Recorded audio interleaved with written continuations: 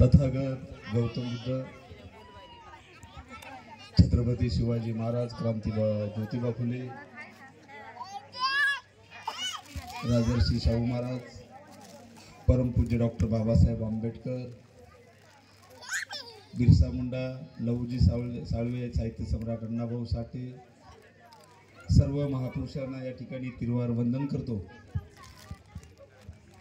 या ठिकाणी आंबेडकर चळवळीतील ज्येष्ठ नेते लहुजी टायगर खोरचे, संस्थापक तथा राष्ट्रीय अध्यक्ष, माझे सहकारी विमा शिरसाट यांची नात, तर विमा जवान वाटतात ना, ती नात म्हणजे कन्फर्म केलं बाकी नाही। तसेच आमचे बंधू नारायणरावजी, त्यांची नात, आमचा मुकुंद दादा यांची नात, आणि आमचे काका स्वातंत्र्य सैनिक माधवरावजी शिरसाट यांची काय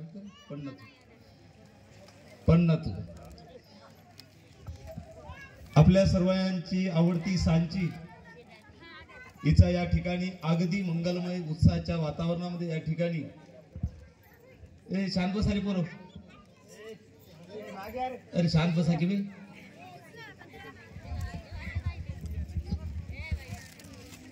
अगदी मंगलमय वातावरणामध्ये या ठिकाणी वाढदिवस साजरा होत आहे। आणि म्हणून साचीला या ठिकाणी वाढदिवसानिमित्त शुभेच्छा देत असताना मी युवा शिरसाटचं, आमचा युवा नेतृत्व, आमचा रोहित दादा असेल, यांचं खरंच मनापासून अभिनंदन करतो की एखादं परिवर्तनवादी घर असलं की तो फरक दिसतो बघा। आज आम्ही अंधश्रद्धा दगडा देवाच्या बाहेर निघलो नाही, आम्ही पोथी पुराणाच्या बाहेर, परंतु जेव्हा मग आमच्या दिदीचं नाव कळलं सांची, थांबाय की रे पोरं, किती करता तुमचा, अभि शांत बसा ना, 1-2 मिनिट घेतो मी फक्त तुमचे, आणि अत्यंत आवश्यक आहे। जेव्हा सांची नाव, मला वाटत नाही कोणाला माहित असेल म्हणून, आहे का कोणी? सांची म्हणजे नाव ठेवण्याचा उद्देश काय भानगड आहे आपल्याला कदाचित माहित असेल नसेल। सांची हा शब्द बौद्ध धर्माशी रिलेटेड आहे, म्हणजे संबंधित आहे। सांची बौद्ध स्तूप आपण नाव ऐकलं असेल, म्हणजे एखादा माणूस त्या घरात परिवर्तनवादी असला की लेकराची काय नाव असतात। आणि म्हणून आमच्या दिदीला शुभेच्छा देण्यापूर्वी बघा, मुलगी, पहिलं मुलगी म्हणले की लोक नाराज व्हायचे, मुलगा पाहिजे तर वंशाला दिवा, मुलीचं महिलाचं स्थान माणसाच्या पायाखाली होतं। पण 2500 वर्षापूर्वी पहिल्यांदा जगाच्या पाठीवर माणसाच्या बरोबरीला कुणी आणला असेल तर तथागत गौतम बुद्धांनी धम्माच्या संघामध्ये प्रवेश देऊन। महिलांनो खास करून ऐका, बुद्ध गेल्यानंतर एक बाबासाहेबांच्या संविधानासारखं संविधान होतं, मनुस्मृती।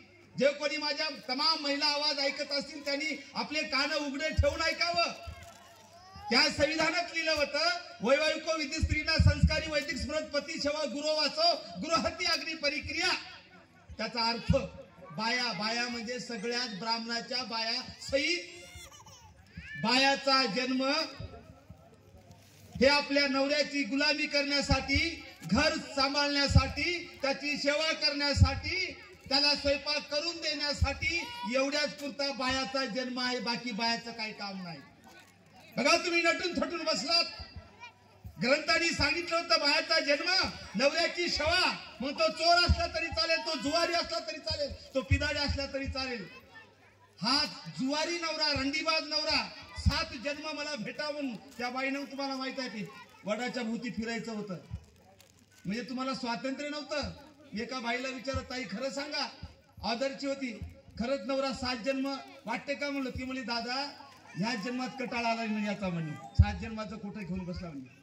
मी एवढ्यासाठी सांगलं, बाबासाहेबांनी संविधान लिहिलं, भारतीय संविधान भाग 3 फंडामेंटल राईट आर्टिकल 14, माहिती आहे का तुम्हाला? ऐका बाबासाहेबांचे उपकार दिदीच्या वाढदिवसानिमित्त ज्या ग्रंथांनी सगळ्या बायाला ब्राह्मणासहित मग हतकर असेल, तेलीमाळी कोळी धनगर असतील, पायाखाली ठेवली होतं. बाबासाहेबांना संविधान दिलं. आर्टिकल 14 मध्ये एका फटकऱ्यात तुम्हाला माणसाच्या बरोबरी आणले. बघा लाईन सारखीच आहे. आणि म्हणून सांचीला वाढदिवसानिमित्त शुभेच्छा देत असताना एवढं सांगतो, तिच्या आई आणि वडिलाला हा कार्यक्रम एन्जॉय म्हणून घेऊ नका. भल्ला फोकस लावला, माईक लावला, चांगलं काहीतरी खायला केलं, एवढ्या पुरता वाढदिवस करणं हे चुकीचं आहे. वाढदिवस म्हणजे ठरविण्याचा दिवस, ठरविण्याचा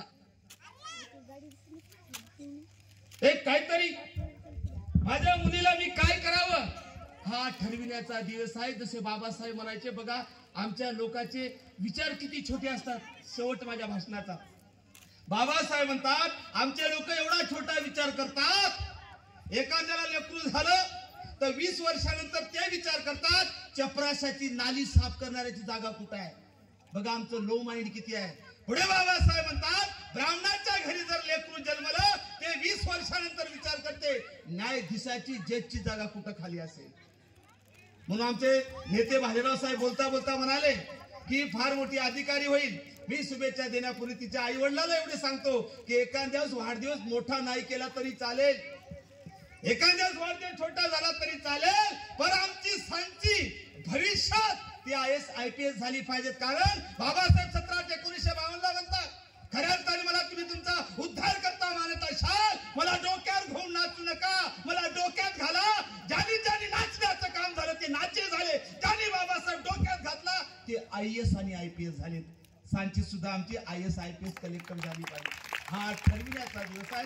निश्चित त्याच्या आई वडिलांना मी हात जोडून आणि पाया पडून विनंती करतो.